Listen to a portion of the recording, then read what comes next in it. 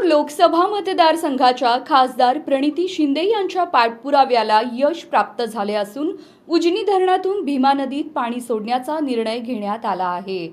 उजनी प्रकल्प कालवा सल्लागार समितीच्या आज झालेल्या बैठकीत हा महत्त्वाचा निर्णय घेण्यात आला आहे। खासदार शिंदे यांनी अधीक्षक अभियंता लाभक्षेत्र विकास प्राधिकरण सोलापूर यांच्याकडे निवेदन देत पिण्याच्या पाण्यासह शेतीसाठी तात्काळ पाणी सोडण्याची मागणी केली होती। भीमा नदीचे पात्र अनेक ठिकाणी कोरडे पडल्याने पिकांचे मोठ्या प्रमाणावर नुकसान होत होते।